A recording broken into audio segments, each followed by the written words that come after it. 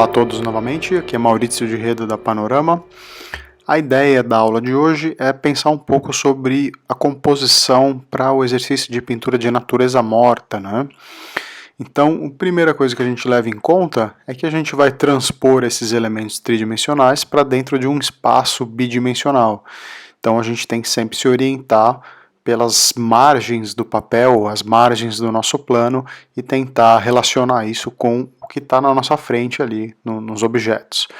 Então a gente pode distribuir esses objetos de maneira a criar linhas diferentes, a criar formas diferentes.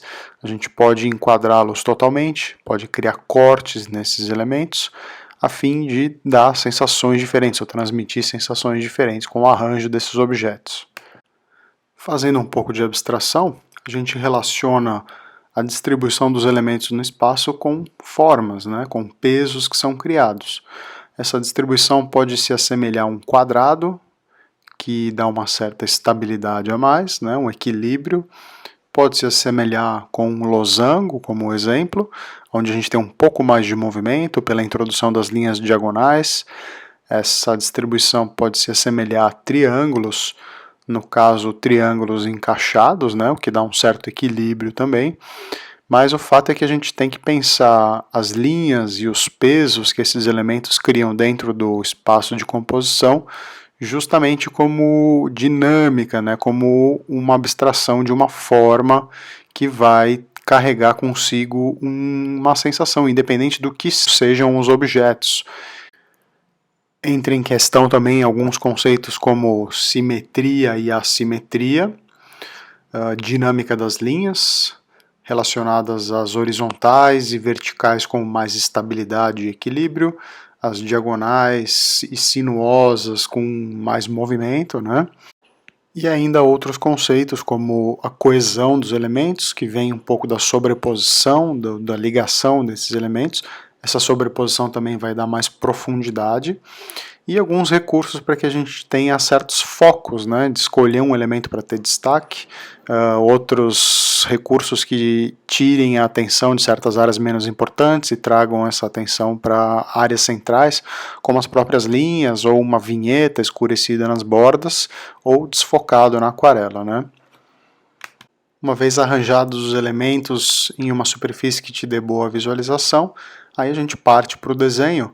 E uma dica para isso é colocar apenas algumas sugestões das posições desses objetos, como que você estivesse desenhando os eixos centrais, só marcando de leve, fazendo uma sondagem no espaço para ver se vai caber tudo, para ver se o arranjo está ficando conforme o seu planejamento e tendo a noção da proporção, das distâncias entre os objetos, podendo usar para isso também o próprio lápis como referência, esticando o braço e capturando ângulos, distâncias e relações entre esses objetos, né?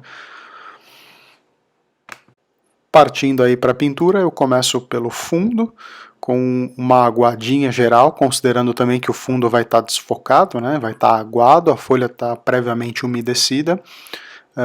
Na ideia de foco, eu quero que o fundo esteja com menos importância, então ele entra nessa primeira aguada que dá uma cor geral, resguardando algumas áreas de branco para dar a sensação de luz. Lembrando que estou trabalhando só com 3 primárias, azul ultramar, o rosa permanente e o amarelo de cádmio, para novamente extrair mais com menos cores. Lembrando que quem quiser assistir a uma das aulas onde eu falo sobre o trabalho com as 3 primárias é bastante interessante. Então, com pinceladas gerais e aguadas, eu dou essa definida no fundo, que é bastante cheio de elementos, né? Essa estampa desse tecido aí pode complicar um pouco as coisas se eu puser todos os detalhes, então eu opto por fazer apenas uma sugestão. É uma abordagem mais abstrativa que eu tomo aí para a pintura desses elementos, né? Eu não busco um foco geral, eu busco uma sugestão, trabalho com bastante manchas. Claro que é uma coisa relacionada a estilo, a preferência pessoal de cada artista, né? Você pode também optar por fazer uma coisa mais detalhada, se for o caso, né? O importante é conseguir sugerir volumes nas figuras, né? Então eu trabalho já com a tinta bastante densa desde o começo, mas vou puxando com água para dar um pouco da sensação da transparência da cor e conseguir modelar os elementos, né? Mas já trabalhando com a tinta bastante densa, eu procuro fazer misturas heterogêneas com essas três primárias, né? O pincel está carregado desigual, assim, então conforme eu vou pincelando, a tinta vai mostrando cores diferentes, matizes diferentes, e explorando bastante essa mistura das três primárias. Alguns espirros de tinta para dar certa aleatoriedade, já considerando também um pouco da sombra, né? A sombra já pode ser feita meio que simultâneo com o objeto, como eu estou fazendo aí. Isso vai dar um pouco mais de fluidez, de contato com a superfície, dando uma sensação mais natural.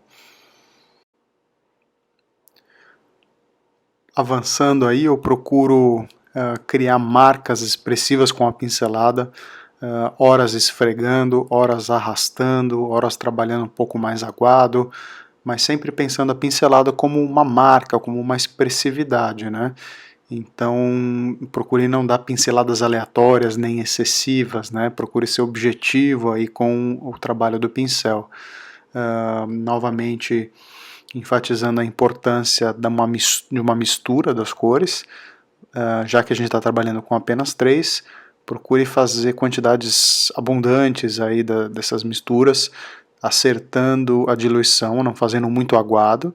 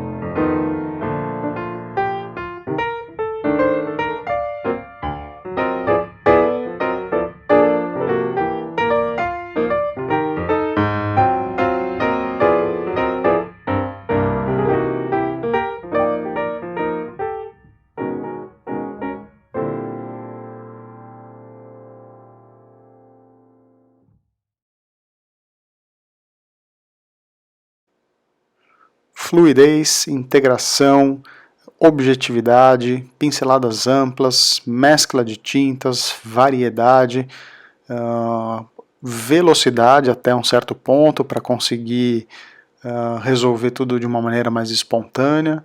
Então a natureza morta permite para a gente criar condições controladas para que a gente explore essas coisas que são tão bonitas aí da pintura, né? Sugiro que vocês montem temas variados aí com a natureza morta e pratiquem tanto o desenho quanto a pintura, né? A dica também é reduzir a paleta, trabalhem com as três primárias e sucesso aí nesse exercício.